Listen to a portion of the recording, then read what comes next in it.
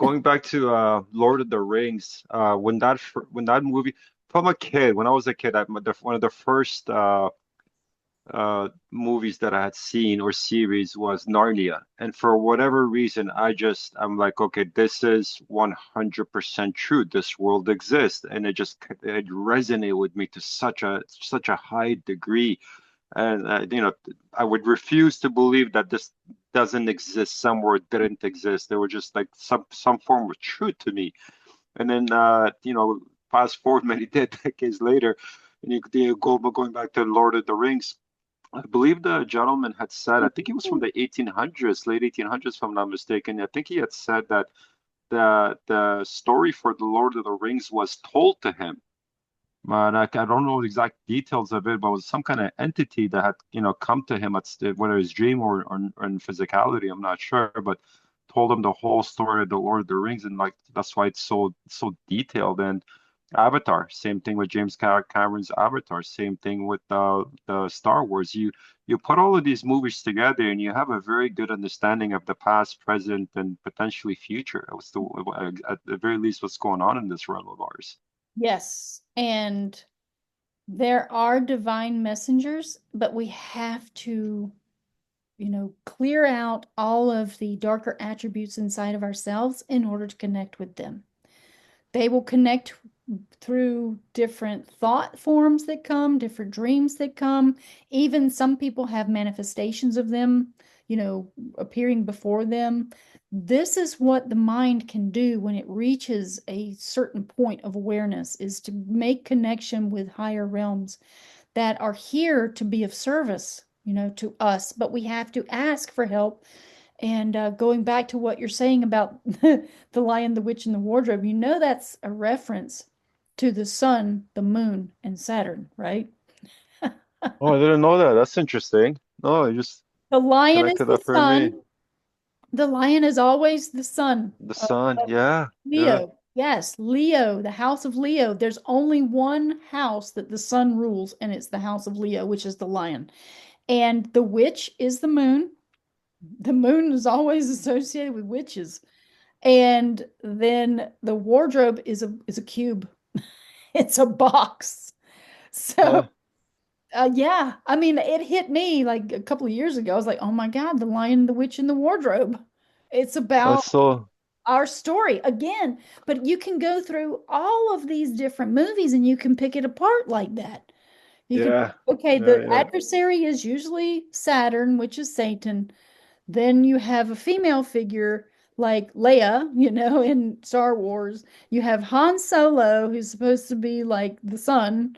I mean, like all these different things. And then, of course, Darth Vader is Saturn. So, symbolic language. It's literally Yeah. once you get just a little bit, you'll start seeing it everywhere. And you're like, Yeah. okay, it's in the code. It But truly is a world of symbology we live in. yeah, and we're not supposed to be using this language. I want to learn maybe Aramaic or something, one of the older languages, because it still carries a S- Semitic. Semitic languages are Semitic languages. And this is what I realized. The formulation of words is the most important thing. And when they come up with all of these ideas, anti-Semitic, and not like, no, that's a language. It's a language style. It's a sound. And it's not a religion. Why would they even say anti-Semitic? So I was thinking about all how a lot of words sound similar, and Semitic sounds like Semitic because the fire letter languages are the languages and letters of spirit, and spirit is the light. So whatever Kemet held as a language is quite possibly what we should try to strive to uncover, because with the word comes the power of creation. And if we just had the right sequences of sounds, we could start using it to create our world around us. like with power, because you have to have the male and female. I won't call them male and female because that's a reference to animals. The divine masculine and feminine energies are the solfeggio scale that is missing from the language sequencing. And if you have people that are toning and chanting in unison, you create a standing wave. And then, of course, the chant chambers that we call them cathedrals. They were chant chambers for healing and putting out these types of healing frequencies and quite possibly manifesting material, raw material, whatever people are focused on. If they want to focus on a red rose appearing before them, if you got everybody chanting in a circle, it's going to create that thing from the ether. Because focused minds and hearts that are open as a childlike field start to pull in the essence of what the divine light frequencies are. And that is one of the most sacred things in this existence that is being held away from us so It that was fascinating you said that. So when one of the things that I started doing, like I was when I had like again this awakening, right? I started collecting antiques because I knew the past was running on free energy and there's all kinds of technology that's just been completely hidden on us, right? I started going around and looking for specific types of antiques and things that I think they're, what do we call them now? Androids now, or androids. Two pieces that you would find beside fireplaces, and there's oh, sometimes like a third piece in the middle, right? So I mhm. started collecting some of these, and I have, a few in my collection. And one thing I noticed is that, for example, the ones that were made from what I think were the 1800s were a little more rudimentary and a little bit more basic, and they seem to have had some kind of internal combustion type mechanism inside of it because you can open them up and you can see there's something that was burning inside of it. Maybe it was mercury, maybe who knows, right? Radium. But what they all have is like a stamp of some kind, like a company stamp of some kind, right? So, okay, like there's a company sometime in the 1800s, they're still making this stuff. But then when you go further back, and then, oh man, I wish I had one right now. I'd take a picture and show you, but we have them like from the so-called Bronze Age, which was a lot more advanced than we think.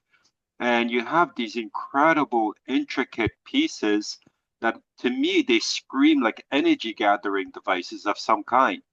But none of them have any kind of a stamp of any kind as to who made it, no signature, no logo whatsoever. There's no company written on it, there's no date as to when it was made. And there's quite a few of these.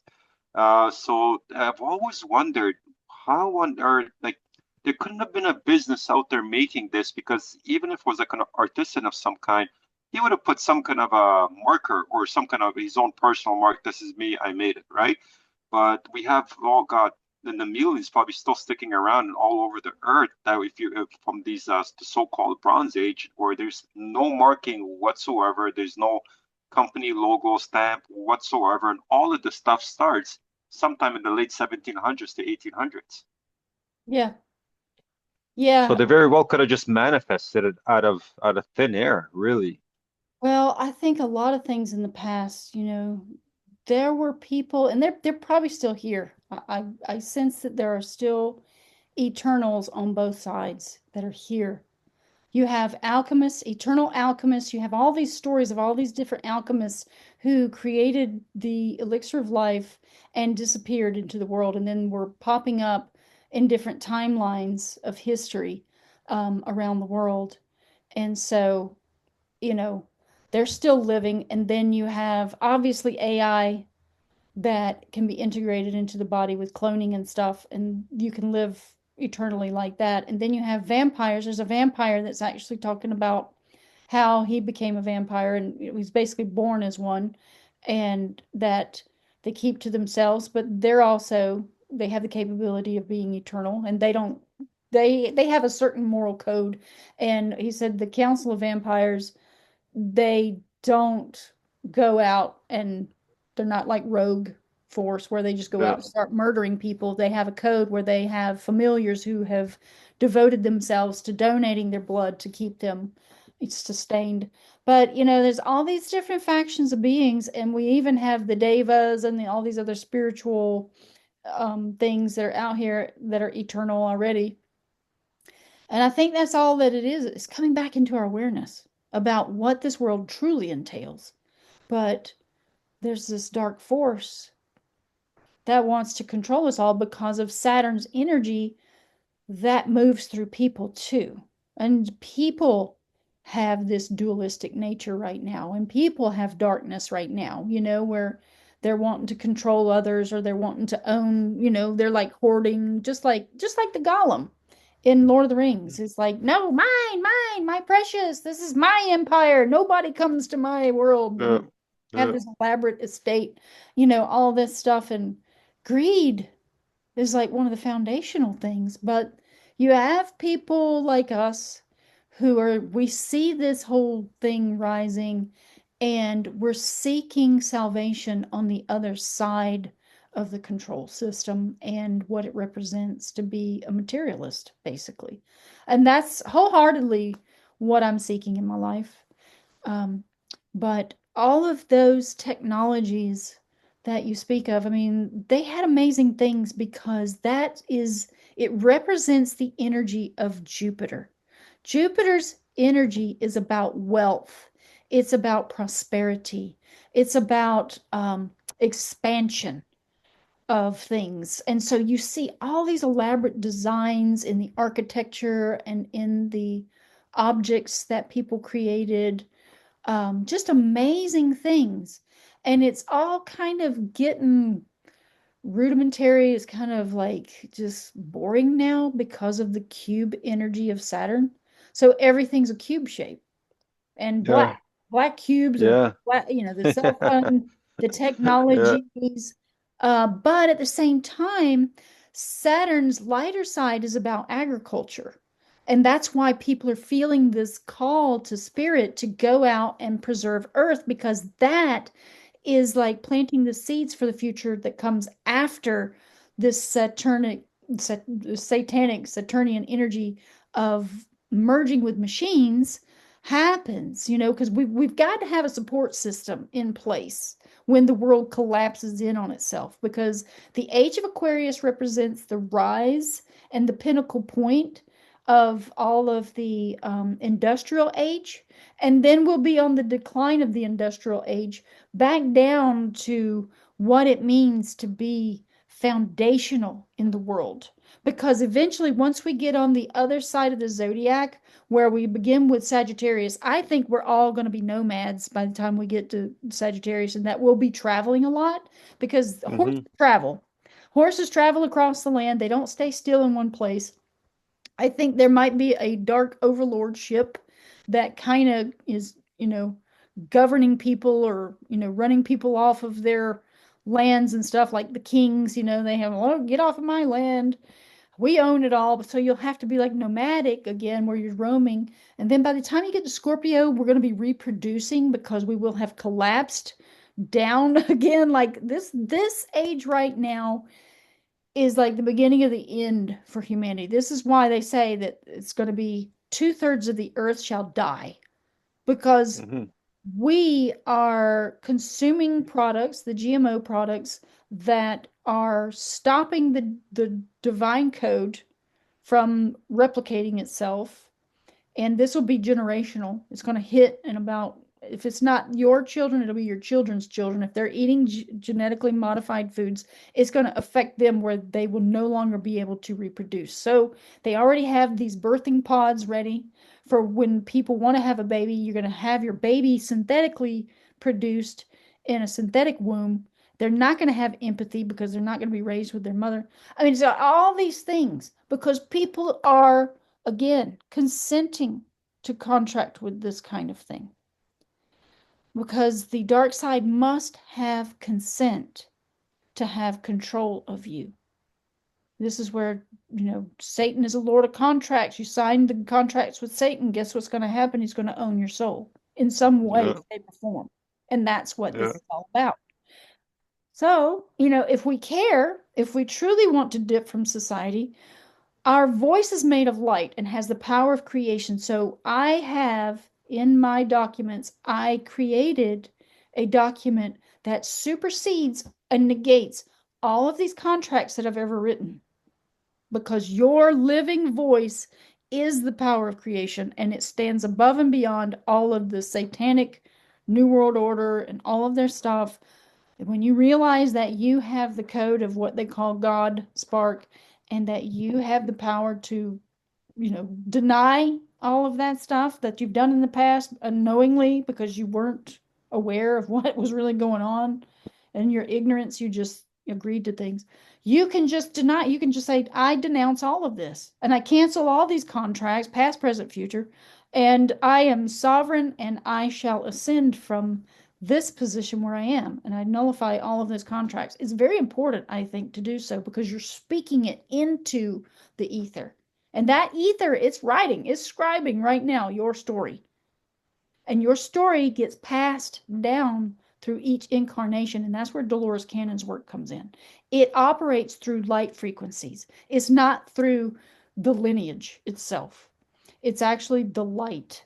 This is why they are trying to keep their lineage in order. You hear about all the bloodline families because they're Yeah. looking for the ones who carry that dark code, the one that will house the dark spirits. And all of there's different reasons because there's always a multi-level reason for their actions. And they're looking Well, for divine code. speaking of the lineages and those that are looking to house, like I wholeheartedly agree with you on that. I wanted to ask you, what's your opinion on Trump? I think I Trump, mean, he's big into the bloodlines. He's mentioned it. He's mentioned the German bloodline. I think there's a lot more than meets the eye when it comes to Trump. yes. I just don't know what. Well, again, he's a materialist, right? Hmm. All of these people in positions of power are materialists, right? They have a dark side and a light side. They have a right hand and a left hand. The right hand has to be on the side of light for their role play, even though Trump is in alignment to keep the timelines on point. Trump is not an authority of anything. He's a figurehead and he's a mouthpiece. Yeah, for sure. What I think, and this is based on my zodiac thinking and the knowledge of the giants and the things of this nature, I think the authorizing force, and that this is allowed because there's an actual divine code that's played out in this plane. I believe the authorizing force is down in Antarctica.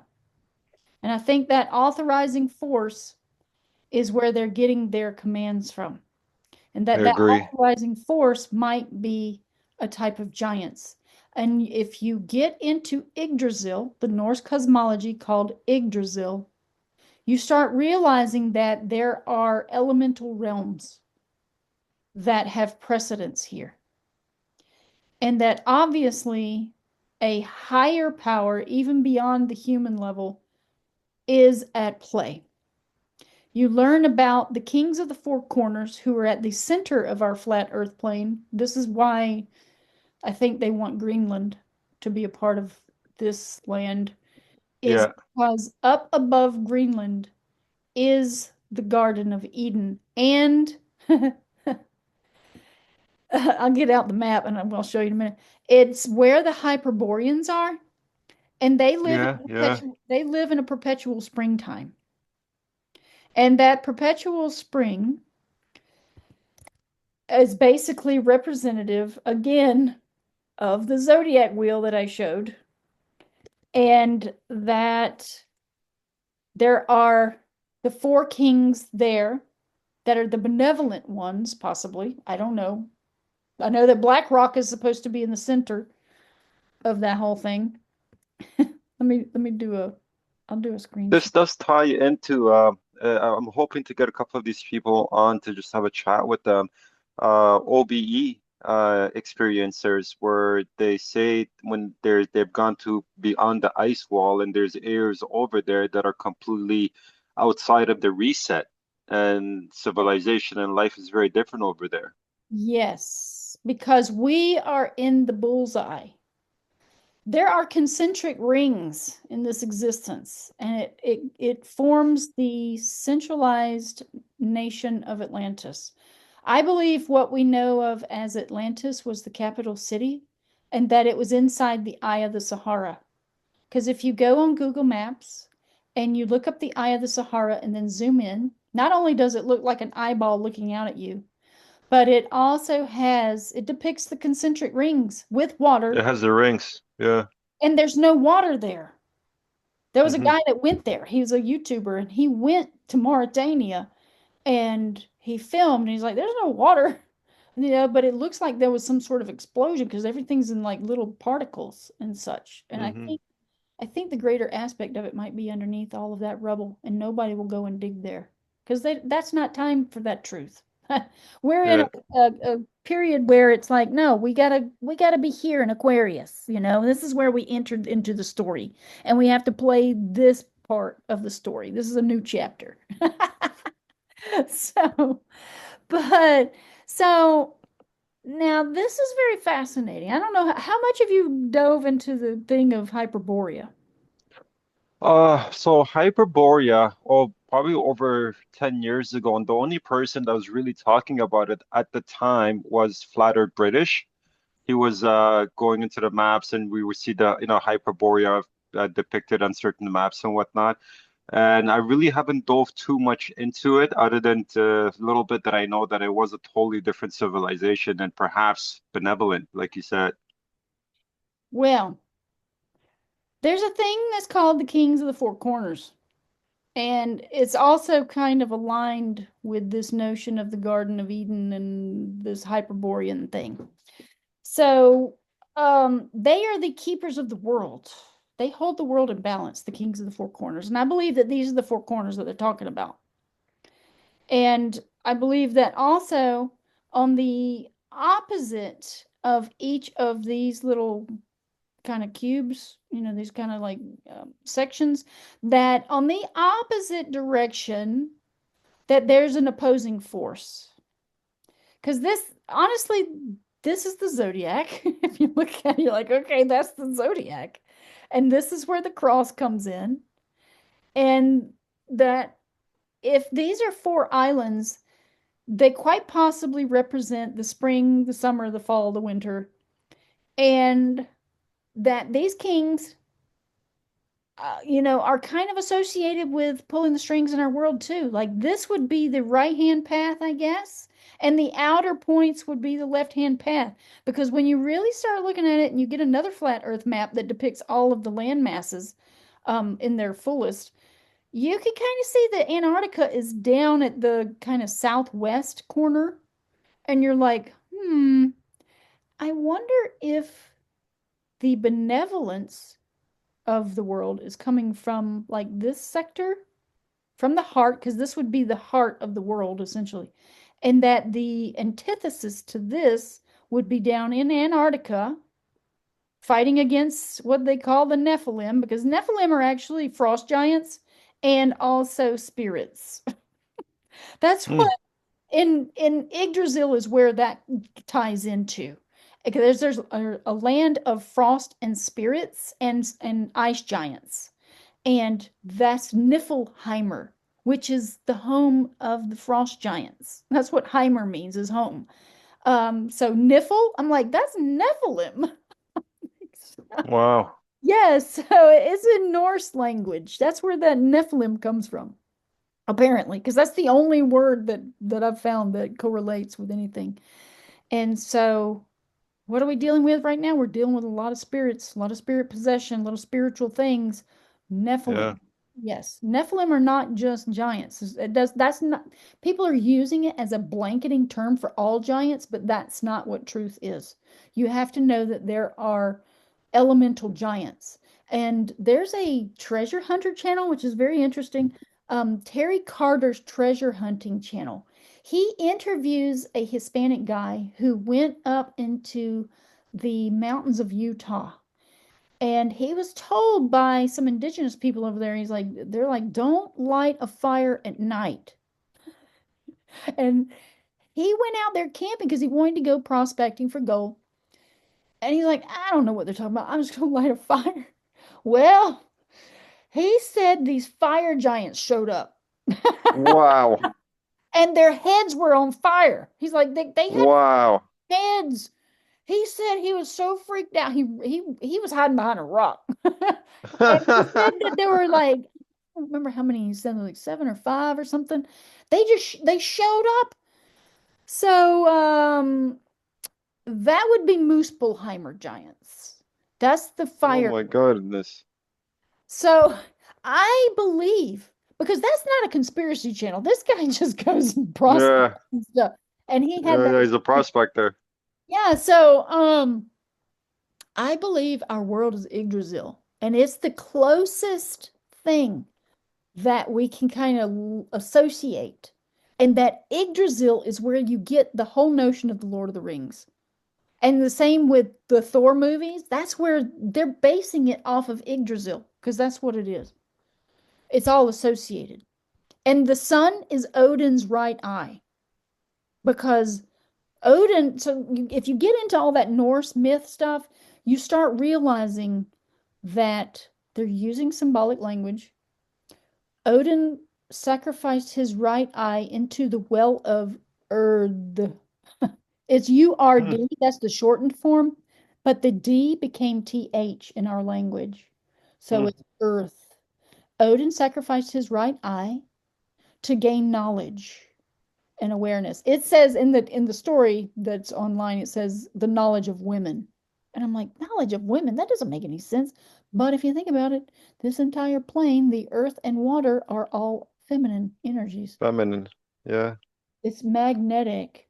So, which would mean that if it's a well, that means we're in water. We're in a type of water. And the firmament is dividing, it's holding back the water from the water below us. And Yeah. what, I mean, the water rises and falls here. We're inside an alembic, the alchemist's alembic. If you start thinking about it, you're like, oh my God, it is. If you think of an alembic is like a jug, it's a glass jar, and you heat that jar, and the different moisture that's in the contents will rise and then trickle back down to, it starts to basically distill itself. And you're like, oh my God, that's what the rain does. It kind of falls back down. And when you distill water, it actually repurifies it to its original form because you're releasing the particulates that it's gained and you're purifying it with heat and then cooling it so that it falls back down to the ground and it becomes more purified. And that's why they're doing all the things they're doing right now with all the chemicals and stuff spraying. It's going into the water, and then we're just kind of regenerating a bunch of Bring, garbage. But yeah. we are inside the Olympic Games. I'm like, oh my Yeah. God, that's where they got all this stuff from. It's not Oh my Olympic. goodness. It's not Olympic. It's Olympic with a B. Ah, I'm like, oh my God. that's fascinating. That's a good connection. Well, I mean, alchemy, I'm telling you, I'm encouraging everybody out there in cyber world, just start learning a little bit about alchemy. Air, fire, water, earth, follow it. Follow the trail. You will not be misled because it's a truth that can be unveiled. That's what that symbol for Metatron is. Let me get this out of here. We'll pull up Metatron again. When you have this symbol, which is Yeah, essentially Metatron's cube. the Yeah. fire And the water, this is masculine, air and fire. This is water and earth. They are masculine and feminine. And when they marry together, they co create life. And that's where all of the plants come from. And that all of the things, all the fish in the waters. I have witnessed this. Okay. So I was out here with my horses putting water in their buckets. And I was thinking about the wild edible plants in my yard. And while I'm thinking about the wild plants, I was like, oh my God, I haven't seen a lamb's ear plant, which is an edible plant. And I'm like, I would like to go out and find one maybe in the forest and bring one and put it in my yard. And I had this field, I had this open sense of wonder because I was like, oh, I haven't seen that. I was very open with my energy in the energy of a child, essentially. Hmm. Very Hmm. clear. And I was thinking about the what that plant looked like with my thoughts. And as I'm looking down at the water, some of the water is splashing onto the ground. That thought impregnated the water, and the water touched the carbon of the earth, and the plant manifested within 4 months in that spot where I had those thoughts. I said, "Oh my God." Fascinating. We can create matter with our Yeah, minds. I was like, yeah.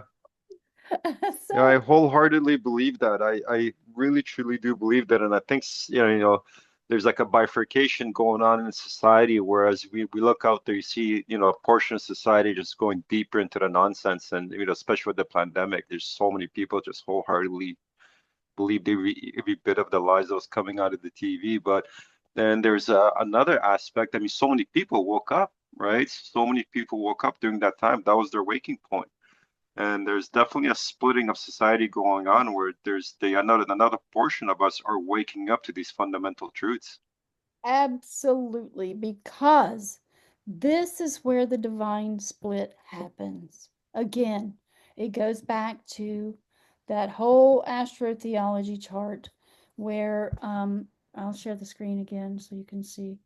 So you think we're in the age of Aquarius right now? We're going into it fully. We're Like, going into it. yes, look, okay, so um you have Plato's Platonic solids also speak a language in their shapes and forms. So this is the sign of water. This is the Plato's Platonic solids, and it has, different sides. And this is the sign for air, which is almost like two pyramids on top of each other. They're kind of like separated. Mhm. But the energy of such is that we're leaving this blue and going into what would be a red kind of energy, which, even though this is depicted as blue, this is the underworld and this is the overworld, essentially. Whenever you see blue, just think it's associated with the underworld and the yin energy right here, the black. And Yeah. the Korean flag has the red and blue uh, yin and yang, by the way, too. And I'm like, I see you. I see what your fire and water. So we have about 200 years right here to integrate fully into the age of Aquarius because we're on the cusp of leaving this energy of Pisces. The world stage has to evolve. It's a backdrop for all the souls and spirits to play a part, a character role. And that's why, it's important to know what your astrology chart actually holds for the energy, and it can kind of give you some insight into possibly your future path and things of that nature. Yeah. So I think by diving into the past through Dolores Cannon's work and then also diving into the future by looking at your astrology chart, I think you can kind of get a sense of what your path forward holds. Your path is always being created by your mind, but I think it's pretty much set too in some ways. I think the divine plan is always kind of encoded in our actions. Like we're going to find what we're supposed to find or not supposed to find based on our alignment too. But every astrological age has to have like a crossover point where that energy now has to be erased. And this is part of why they were erasing the old world. This is essentially the timeline went from where they call it like 0 BCE, but they also rewrote the timeline during the Gregorian phase. They created the Gregorian calendar. They ascended the timeline by, I think was it 600 or 900 years? I don't know. Um, they say that it's about 1,000 years that they accelerated the timeline. Yeah, They wanted to start trying to hijack this whole thing, this whole dynamic to alter time to be like we actually manifest their intentions, but you can't you can't subvert the divine code and the divine time. You just can't. You could try to hack the way Saturn flows with all the other systems above us, but it's so untouchable. That's why they put the calendar over our head in the stars. But we don't know how to read the stars anymore, and they're clouding up the sky so much that nobody can read the stars. So you'll yeah, have to listen to what their story is and believe what they say. yeah. Um, that's why I'm a little leery about some of these astrology apps and different websites and stuff because I don't know how accurate they are. But I Yeah, I do questioned know, them myself. yeah, but if you just grab this and you have some, symbolic language to follow, you can kind of follow the story just in the symbology. And the stuff that you find out in the world, you'll be like, okay, well, you know, that's this group and that's that group. If you see anything to do with lions and anything to do with gold, follow it. Follow it and don't let go of it because that is where the light of the world will reside. I believe that they use a symbolic language. There is a bank that's out here and it's called Ameris Bank and it has a lion head for its logo. I'm like, I think I need to get with that. It also has a white building. I have not seen it in another color but white. And I'm like, I think I need to find that bank and go get a account Uh, there. Um, because all of these other ones, like there's a Truist Bank, and Bank of America and all these things, they're telling you what they are with their symbolic language. The yeah. Bank of America is the Berit-ish flag. Berit, B-E-R-E-T, B-E-R-E-T, or I-T, Berit and Ish. Berit means man. No, Berit means covenant and Ish means man. Sorry, I'm getting it all confused. Huh. And there is a flag from the 1600s, 1600s East India Company. Let me see if I have it. Uh, the East India Company, and I don't see it. I guess I didn't label it, but it is a flag that holds the American flag and the British flag together. And that is like, oh, great symbols. Let's see Hmm.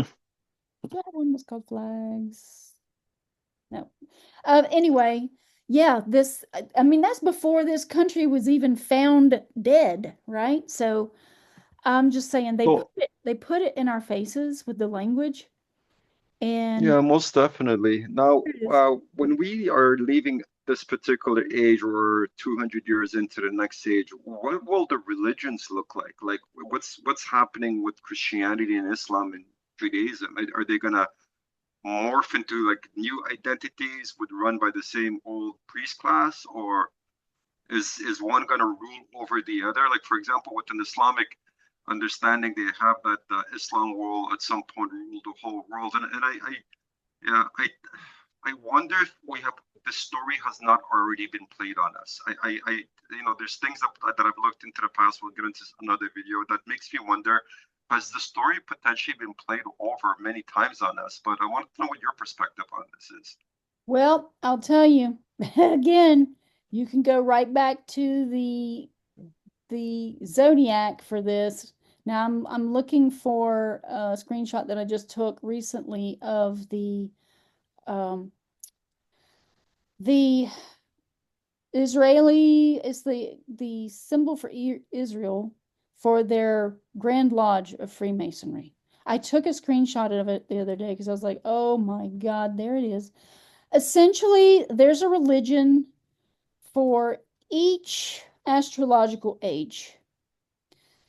And this is where I'm saying like the 12 tribes of Isis, Ra, and El get to rule an astrological house. And they have their symbolic language that's going to carry over into other timelines as well, I believe, in the future. Essentially, what we have is the sun. The sun is always also represented as a cross because that's what the zodiac is about. The zodiac is a word that comes from the zoo of animals at the 33rd degree parallel in the sky. And the zoo of animals is what we go by on a daily basis as they traverse the sky in an hourly fashion. And they also have this extreme timeline of, 26,000 years where you go through an astrological age in about 2,150 years. But since there's 12, you got to like add those all up and it becomes Yeah, about that 26,000. So anyway, the age of Pisces is where this notion of the cross comes in because we were falling on the cross into the winter cycle with the sun. Now we're going into the age of Aquarius that will be ruled by Islam. And Islam gets to rule this house of Aquarius.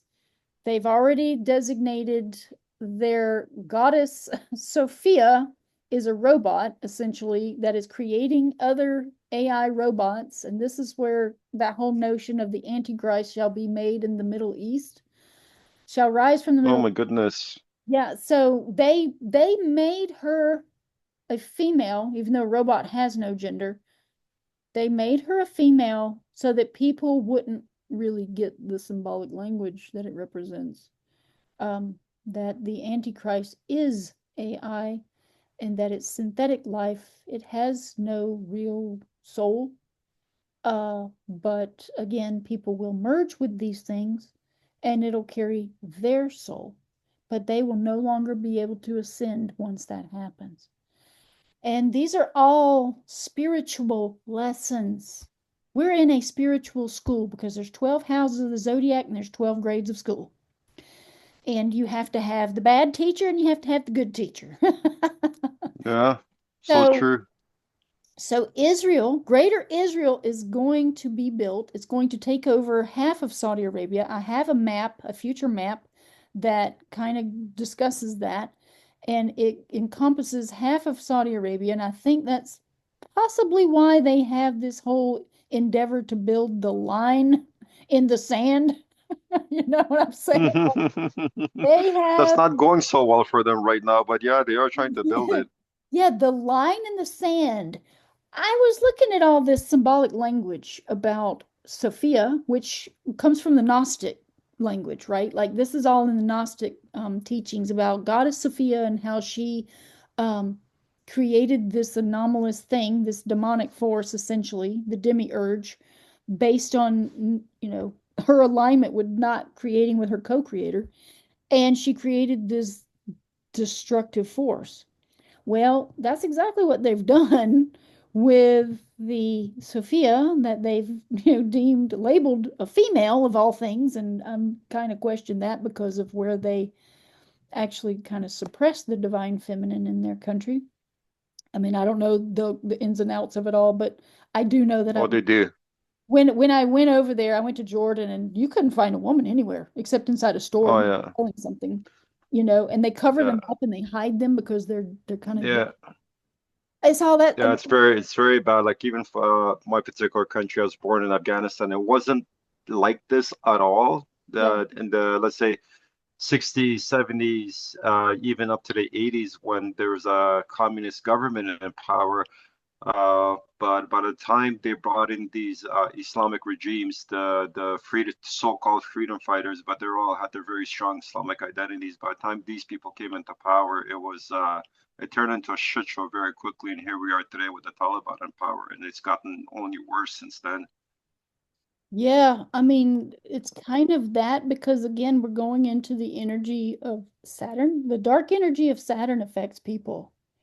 especially people that are not trying to integrate into their heart chakra and awareness of themselves as being the solution for the world's problems. When they are shadowed in darkness, which is what Saturn kind of represents, um, they lose themselves in the corrupt greed of this illusion, this black magic spell of money and, aggrandizing material gains over what it means to be humble and just honest. And that's why we have cartels running the world. They're going to collapse the entire world. It's already destined. We just have to, gain some sort of spiritual grounding and maybe hold space for the light that will come in years from now. Because the sun will start rising a little bit more on this world once we get through Sagittarius and once we start ascending. From Scorpio, I believe Scorpio will represent the rebirth of all forms of natural life because it rules the genitalia. And so it's going to be all about mass reproduction to try to get things back in order and alignment before we get over to Mm. Libra. Libra will be the next phase. And Libra is another air sign. So we'll have all these ideas to collaborate and collaboratively co-create the divine essence of what it truly means to be spiritual with the earth before we get into Virgo, which is an earth sign. And that's when the earth will be green again everywhere. But we have to burn the earth first. And that's what Yeah. this age represents is burning of the earth. It's part of the alchemy process. The sign and symbol for Aquarius is actually multiplication. And this is why we have so many different ideas and people are sparking off into different directions. Um, they're, just shooting off like shooting stars everywhere. Mm. So, and then Israel rules the age of Capricorn. And since they are one of the darker forces and very, very corrupt, they are here to corrupt the entire divine code by creating the genetic hybrids again. This is why they are, hoarding the giant bones and all of these things. I realized when we bury our families and stuff, we allow their bones to remain behind, to be summoned from the dead through their genetics that are still in their bones. Yeah. And I'm sure you know about in Islam and Sufis and stuff how they're using magic practice, especially the Shams al Marif or whatever it is. Like there's a book of black magic that is spreading Oh around. yeah. Yeah, yeah. There's a total dark side to dark and black magic within Islam, and it can get quite gnarly. I'm not well versed in it, but I do know that there's a very, very powerful and potent magic potentially if it's done properly. My mom has all kinds of fascinating stories. We had in Afghanistan at one point a decent sized Jewish community. So within Afghanistan, there was certain Muslim preachers that were known to be practitioners of black magic, but there was also apparently, from what my parents had told me, the most powerful ones were considered to be the Jewish practitioners of black magic. Yes, because what I suspect with the Kabbalah is that it is the dark tree of life. And I Mhm. say that because of the sound frequencies that are in the Kabbalah. Let me see if I can pull one up. And the fact that it does not have the 12 Sephiroth. So, let me see if I can pull up one. This is actually in the book of the Golden Dawn. It has different sound frequencies for the Sephiroth, and this is also missing the other two Sephiroth. In the Cathara grid, there is actually 12. So, what they're trying to teach in Kabbalah, I think, is the what they call the clip off. I think they've kind of reversed it. somehow or something. Like the word Malkuth is essentially the name of a demon, and it's called Malkith. Let's see if I can find it right Mm. quick. Malkith, Hell Hades, Malkith, Blood Flock. I was like, Malkuth does not sound like a good word because of how it goes down in tone. And I was like, let me look this up. And when I started looking at, I think it was Rings of Power or something, there was some other movie that I came across, and the evil guy's name was Malkith. And I said, that sounds like Malkuth, which is the lowest Sephiroth. And I was like, oh my God. And that's when it sent me down this trail of finding out that Malkith is a demon. Mm. Yeah. So um, I question that entire Kabbalistic tree. I will not use those sound frequencies because you're essentially using a force of dark magic. And I believe it's the left hand path of the tree of death.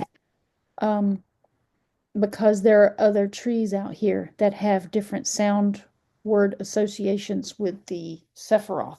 And sound is the most important thing in this existence because it's this what creates light. And I think they're using people to create more underworld energy. Yeah.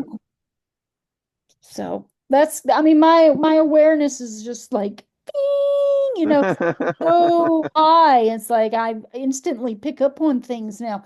Once you just start, you gotta like just integrate it every day, and you sort of Yeah. sit on it and digest it, and then essentially things will just go bing, and then they just Yeah. pop, and you go, oh my God. Especially etymology of words. MER, Yeah. the word myrrh for Merkaba, it means death. Huh. MER means death. Mermaid, death maid. Merchant, death chant.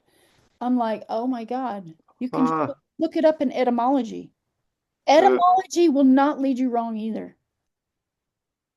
I had a Jewish professor in college that him and I mean, he was one of the few, with the exception a couple of Jewish kids that were my electricians that were just like two schmucks like you and I, right? So we can be able to have like a conversation on anything about them, and there wasn't like, oh my God, I'm getting offended. So him and I, we were, mind you, I'm a young kid. I'm in college, and he was my international law professor. So I ended up dropping out of college because I realized this is all just bullshit. But him and I, we ended up getting along with each other. And as class was over, I would walk him to his car and always have like fascinating conversation on Zionism and whatnot. So one day when everything's off, college is done, I finished writing my exam. I come back to get my mark, and he gives me a fantastic mark, but really just because of most likely just because of the conversations we were having. And he says, like, look, Mustafa, you're wasting your time, you're wasting your energy. Don't bother with this whole boycott this, boycott that. You're not going to make a difference in this world. It's all owned by the same, corporations. If you're going to boycott Duracell, what are you going to buy? The other copper tone is owned by the same one. And if you're going to boycott all of them, you're going to go buy the no-name brand. It's owned by the same one. It's like, I get it. I can't do anything. And he tried to wait. He's like, "This one thing I can wake you up to, and if you can start, making these changes, then you'll make some individual personal changes in your life." And he showed me his that he had created his own ID, and he was the first person to tell me that we are all incorporated. And this was so beyond me at the time. I'm like, what? He's like, we're all incorporated. Your ID doesn't represent you when you go to court and the judge says, do you understand? You're actually stating that I stand under my right. And he went on and on and on and on and on. And I was like, I looked at this guy, I'm like, okay, he's got to be pulling my leg. Like he must have been a secret Zionist at this whole time. He's just letting me astray. And, it wasn't until probably well over 10 years later that when the pandemic happened, that I had to start looking into this stuff. And yeah, you're 100% right. It's once you see it, it's hard to unsee it. Yes. Yeah. Right? It's very difficult to unsee it after that. It's true because the underworld is claiming our souls. And so Yeah. there's two aspects, at least two major aspects to the human body. We have a light side and we have a dark side. The dark side is actually the soul. They've inverted everything because SOL represents the sun, right? In Hispanic languages. Mm-hmm. Oh, it's the Mm-hmm. sun. SOL is the soul. No, no, no, no. Mm-mm. Soul is the shadow, the ba, ba and ka. This is where the whole notion of ka, ba comes in with Egypt. The ka is the light, the key, the inner chi or inner key. I'm like, okay, ki is ka and ah is ra. Ra is the sun. So then the ba, because you have to put your lips together, you formulate an M, ba, ba. And ba is like ma, mother, which is again the dark aspect. You have a shadow and you have a light. This is Mm-hmm. why each of us is dualistic. We go through emotional phases where we're light or dark. If we can start to rein in those emotional states because of our spiritual awareness and just balance and ride the middle pillar instead of leaning too far left or too far right, this is part of the great work of alchemy. You hold the center and the balance of the two. Now you're going to start gaining ground because guess what? You're going to start resonating at a different frequency. And people are all out of alignment with all of this emotional charged energy. Either they're, overly happy and they're overly mad and sad and whatever, Yeah. that's the design of these dark forces. The dark forces are here for part of our lessons too. You could not have your spiritual awakening without the dark force. Yeah. If everything is just abundantly light, what's the need to be here? Yeah. So I That believe, friction is needed. yes, you have to have that heat and the cooling, the cold calculating evil, and you have to have the hot evil that's on your tail. And, you know, the darkness is here for our lessons. And this is where Saturn's energy comes in. Since Saturn is the hard, strict teacher, overlord kind of energy, he's going to teach you some very valuable lessons because we're being alchemized.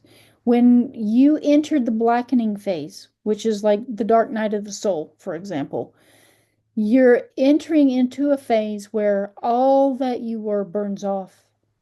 And then you come out of it illuminated. So you enter into the whitening phase. This is what happens if you watch a piece of wood burn. It becomes black, but it eventually becomes white. And that's part of alchemy. And it's about gaining more light, which is the white. And I'm like, okay, well, we can keep growing our spiritual essence through all of this blackening phase that we will experience in one lifetime or multiple lifetimes. And we come out a more enlightened individual. So, it is a process, but you have to be at this more kind of awareness level to be able to see it all in play and how the entire world is part of our school to gain these lessons. And what we can do is try to reach out to people and help them to see some things, but you have to learn how to speak their language. And it's like me, like I've never believed in anything in the Bible, but so many people speak that language, and that's their Yeah. heart. So if you can reach to people through their own language and get a message across that they can comprehend using their language, which I've never, called the sun Jesus and all that stuff, but I realized that's what it was in the age of Pisces, and that these people are just, they're wholly sold on the notion that a man named Jesus is going to return because that's what they've been Yeah. told all their lives as a story. Well, I recently put out a Facebook post for some people who are up in arms about all the data centers. They're in my local county. And I kind of laid it out. I was like, look, you have to embody the presence of Jesus and not just sit idly worshiping his image or his idol, because that's not what Jesus was about. Jesus was about going out and not aggrandizing material things, but to go out and deliver a message to be the embodiment of love and to embrace your neighbor as your brother and sister and to, integrate a philosophy, a foundation of way of living and to not see the division that all these labels have done. And I was just trying to get people to see, and people are like, oh my gosh, it's like, oh, thank you for delivering that message because people need to know. And I'm like, listen, we all are here for the same thing. And we're all on a different level of comprehension of what we're dealing with. Hmm. And you get people who are like, well, Jesus wasn't, what you think, and it's actually Yeshua. And I'm like, oh my God. And I had to like get this person to realize that they're at fault because they're trying to attack somebody else for their beliefs. And that's where we need to stop.